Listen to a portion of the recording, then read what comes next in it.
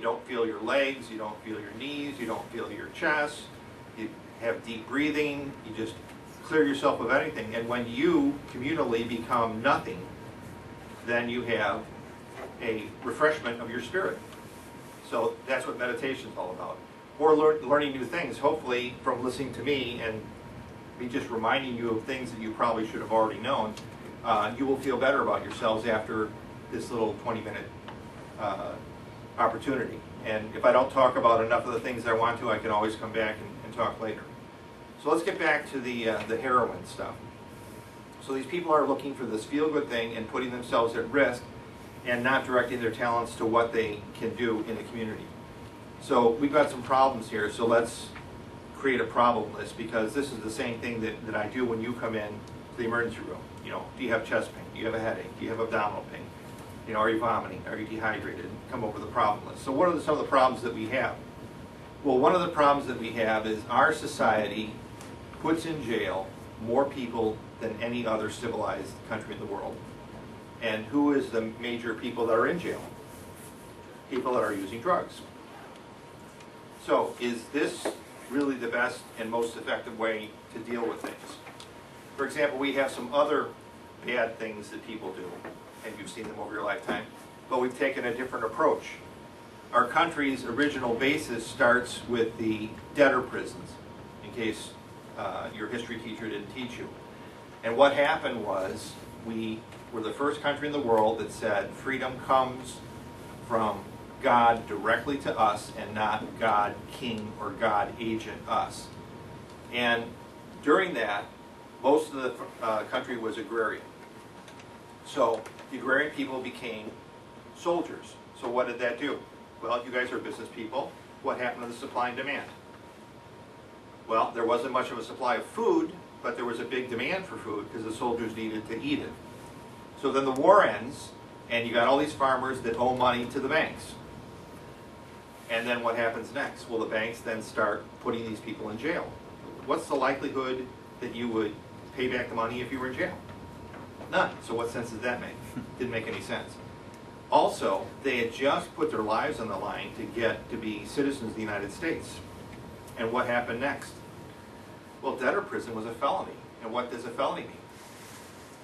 You can't vote anymore. You're no longer a voting citizen. What sense did that make? So they went together, and they got together, and they were going to take over the armory in Massachusetts. It was part of a rebellion in Massachusetts. So Massachusetts said this could spread nationwide, no different than what is happening with Tunisia and Syria and all the Middle Eastern countries. They were afraid this was going to happen worldwide. So what happened next was they went to Philadelphia to ask the federal government for help. The federal government said, we can't do anything. We're the federal government. Everyone has states' rights. That's where the second constitutional convention happened, and we started getting the Constitution. That's why we had two different forms of government when this country started.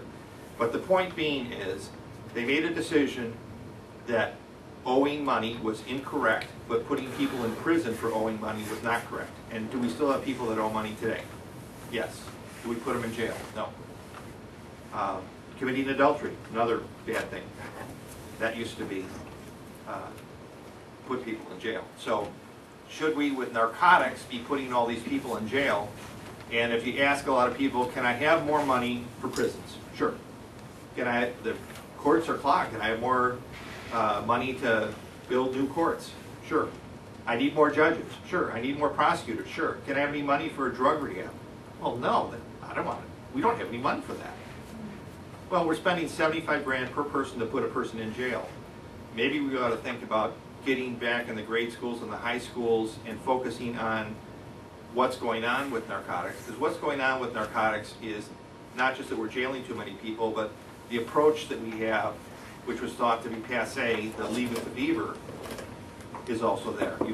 What you've got now is you've got all these single families. And this is how I explain it to people, and I hope I don't offend any of the women that are doing too much work. But it takes two people to raise a child. And I say, you know, if I was in this emergency room, and many times there's 2 doctors or 3 doctors, and if I said if I was the only doctor in here, we've got 60 rooms, what kind of a job would I do? What kind of emergency room physician would I be? And even with who I am and what I do, just the fact that I'm one doctor instead of 3, I wouldn't be doing a good job. So we now are telling people, based on the economy and whatever, and what's happened with the women's revolution, that single family is okay. But I personally don't think that it is, because it's just too much work to raise a child by yourself. It takes more than one person. So if you're going to endeavor to do something like that, then you need to get some help. The other thing is, the simple thing is the family meal. We don't have the family meal. So here's another problem. So we put too many people in jail. We don't have the nuclear family anymore. We're too focused on material things. We're too focused on, I want gratification, and I want gratification right now, this second.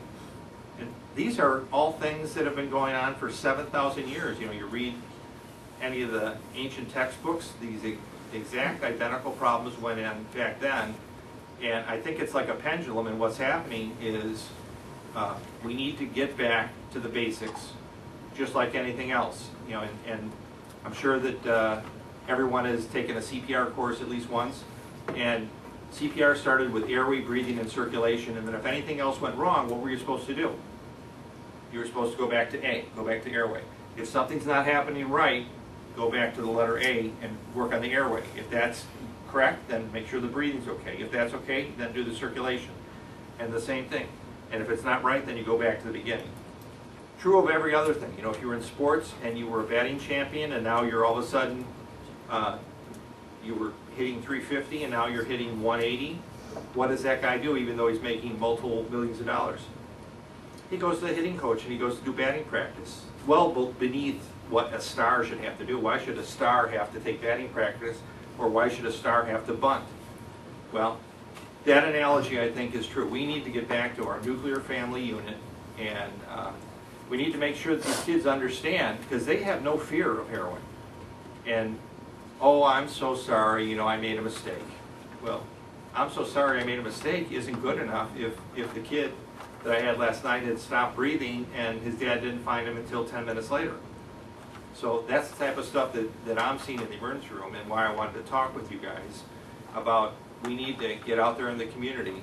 And how does Exchange fit in this? Well, Exchange clubs are a service organization that was started mainly as a business.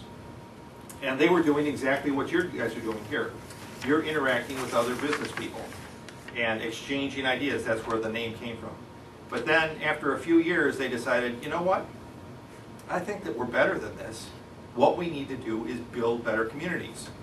So they started doing projects of service. And for example, aviation was starting at that time, and there was no big airport direction. So one of the initial things that Exchange did was they put on barns, they coordinated with farmers and put arrows. The airport's that way. The Exchange also started the program called Neighborhood Watch that has been taken over by the Sheriff's Department. That was something. We do things like give a kid a flag to wave. We give recognition to police. There's a policeman of the year, there's a firefighter of the year. We give recognition to students that are good academically. We have a student of the month. We also give recognition to someone that's overcome a challenge. It's called the ACE Award, Accepting the Challenge of Excellence, which is another thing on the problem list, is that too many people in America, instead of us being the exceptional country and the shining light on the hill that Ronald Reagan talked about, we can just be average. But keep in mind that if that's what you do, you're completely changing America.